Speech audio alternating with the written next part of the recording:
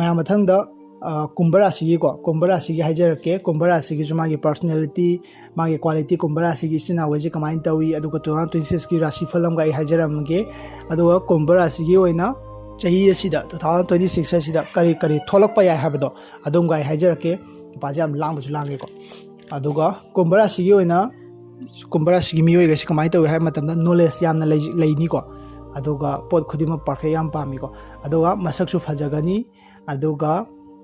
ꯃꯥ ꯔꯤꯂꯦꯁꯟꯁꯤꯞꯇ ꯍꯥꯏꯇꯥꯔꯦ ꯃꯥꯅ ꯆꯩꯔꯨꯕ ꯉꯥꯡꯂꯨꯕꯗꯒꯤ ꯑꯀꯥꯏꯕ ꯌꯥꯎꯔꯛꯄ ꯍꯦꯛꯇ ꯌꯥꯎꯔꯛꯄꯀꯣ ꯑꯗꯨꯒꯨꯝꯕ ꯑꯣꯏꯒꯜꯂꯤ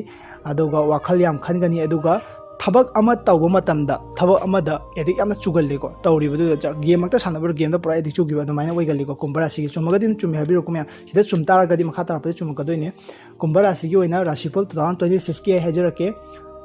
ꯁꯤꯁꯨ ꯆꯨꯝꯕ꯭ꯔꯥ ꯌꯦꯡꯕꯤꯌꯨꯀꯣ ꯃꯌꯥꯝ ꯅꯪꯅ ꯇꯧꯗꯧꯔꯤꯕ ꯊꯕꯛꯇꯣ ꯅꯪ ꯅꯁꯥꯅ ꯈꯪꯖꯔꯒ ꯂꯩꯔꯦꯅ ꯍꯥꯏꯀꯣ ꯈꯪꯕ꯭ꯔꯥ ꯆꯨꯝꯕ꯭ꯔꯥ ꯌꯦꯡꯕꯤꯌꯨꯀꯣ ꯃꯌꯥꯝ ꯅꯪꯅ ꯇꯧꯗꯧꯔꯤꯕ ꯄꯣꯠꯇꯣ ꯈꯪꯖꯔꯒ ꯂꯩꯔꯦ ꯀꯔꯤ ꯇꯧꯗꯣꯏꯅꯣ ꯈꯪꯉꯒ ꯂꯩꯔꯦ ꯀꯃꯥꯏꯅ ꯇꯧꯁꯤꯒꯦ ꯈꯪꯉꯒ ꯂꯩꯔꯦ ꯀꯔꯝ ꯀꯥꯟꯗ ꯇꯧꯗꯣꯏꯅꯣ ꯈꯪꯗꯕꯅꯦꯕꯀꯣ ꯀꯔꯝ ꯀꯥꯟꯗ ꯇꯧꯗꯣꯏꯅೋ ꯈꯪꯗꯕꯗꯣ ꯍꯟꯗꯛ ꯆꯍꯤꯁꯤꯗꯩ ꯍꯧꯕꯤꯔꯣꯀꯣ ꯍꯥꯟꯅꯗꯩ ꯈꯜꯂꯒ ꯂꯩꯔꯝꯕ ꯏꯆꯤꯟ ꯏꯅꯥꯎ ꯂꯩꯔꯒꯗꯤ ꯀꯨꯝꯚ ꯔꯥꯁꯤꯒ ꯈꯜꯂꯝꯒꯗꯕꯁꯨ ꯃꯥꯜꯂꯦ ꯆꯨꯝꯕ꯭ꯔꯥ ꯌꯦꯡꯕꯤꯌꯨꯀꯣ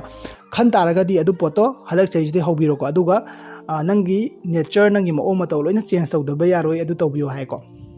ꯑꯗꯣ 2026ꯇ ꯀꯨꯝꯚ ꯔꯥꯁꯤꯒꯤ ꯑꯣꯏꯅ ꯀꯔꯤ ꯀꯔꯤ ꯊꯣꯛꯂꯛꯄ ꯌꯥꯏ ꯍꯥꯏꯕꯗꯣ ꯑꯗꯨꯝꯒ ꯑꯩ ꯍꯥꯏꯖꯔꯛꯀꯦ ꯑꯍꯥꯟꯕꯗ ꯐꯦꯃꯤꯂꯤꯒꯤ ꯑꯣꯏꯅꯗꯤ ꯌꯥꯝ ꯐꯔꯦꯀꯣ ꯑꯗꯨꯒ ꯑꯉꯥꯡ ꯌꯥꯎꯅꯤꯡꯕ ꯐꯦꯃꯤꯂꯤ ꯄ꯭ꯂꯥꯅꯤꯡ ꯇꯧꯅꯤꯡꯕ ꯑꯉꯥꯡ ꯌꯥꯎꯅꯤꯡꯕꯒꯨꯝꯕ ꯂꯩꯔꯒꯗꯤ ꯁꯣꯏꯗꯅ ꯐꯪꯒꯅꯤ ꯍꯥꯏꯀꯣ ꯑꯗꯨꯒ ꯑꯅꯤꯁꯨꯕꯗ ꯁ꯭ꯇꯗꯤꯒꯤ ꯃꯇꯥꯡꯗ ꯍꯥꯏꯔꯒꯗꯤ ꯁ꯭ꯇꯗꯤꯁꯦ ꯍꯧꯔꯛꯄ ꯃꯇꯝꯗ खितंग कदौदिनो खंगदब वखल चरांगनब अदुगुंब थोकप याय हायको अदुबु माइ पाकनी एग्जाम गुंब थाबा खोप तौबियोको अदुगुंब माइ पाकनी हाय अदुगा अहुम सुबदा ओवर थिंकिंग यामना तौबा याय हायको ओवर थिंकिंग यामना तौबा याय हाय अदु तौबिगनो ना हायको मरमदि नंगना पखन खंजलगा नसानथदा पचिंगदा चिंगनाजरगा अदगी अकायब थोरकप याय हायको अदुगा मरी सुबगिसे पोचे फजनाय हायरागेसे नंगने पार्टनर नंग कईगुंबा थबक अमा तौमिनदौ लैरेन खल्लोबको अदुरगदि नंग हाथु हाथुना येस हाइबिगनो हायबा हाथु हाथुना येस हाइबिगनो थबक अमदि तौदौरेबको 2026 सिदा तौदौरिबा पोतो मीगा तौमिनबा याय अमा तौबा यायको अदु मीगा तौमिनदौरिबा मीदो मागी मओ मतौ हाना खंगतोओ हायबको अदुदुना नंग हाथु हाथु तौसलरगदि असोइबा लाक्पा याय हायबनेबको थबकि मतंगदा अदुगा मंगा सुबदा थोरकदबा पोत को लंबी लेट्रे कदौदिनो ना हुजि खलम याय अदुबु अदु खंदीगनो हायबको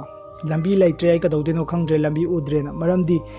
अदुई पोतो नंग मी मयामगा पुल्लगा लेबगिनी हायबको मी मयामगा पुल्लगा मी अमदा मो हंग अमदा हंग तौरगा लेबिनी हायबा नसा नथंदा नतोमता तुमिन्ना लेरगा मी कनामता पुंदना तुमिन्ना लेरगा मुन्ना खल्लगा येमो लंबी उरकनी हायको नंग कईम कुंभ राशिगी चावगै लंबी उदबा कदौदिन खंगनब यारगा नसा नथंदा मतम खरा को नमित खरा नसा नथंदा लेरगा मुन्ना खल्लगा तौबियो हायको मीगा पुल्लगा मिंगोना हंगा तौबिगनो ना हाय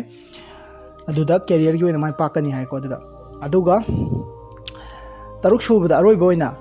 स्पिरिचुअलिटी ट्रेवल तौबा याय हायको मामदि लाइ खरंबा चटपगुंबा अदै लाइ निंगजबगुंबा अदुगुंबा तौबा यायना हायको हदक चहिसिदा अदुगा मीगी मतेंग दि खरा फंगनी हायको कुंभ राशि की ओइना मैं कुंभ राशि की चुम्ब्रा यंबियुको मैम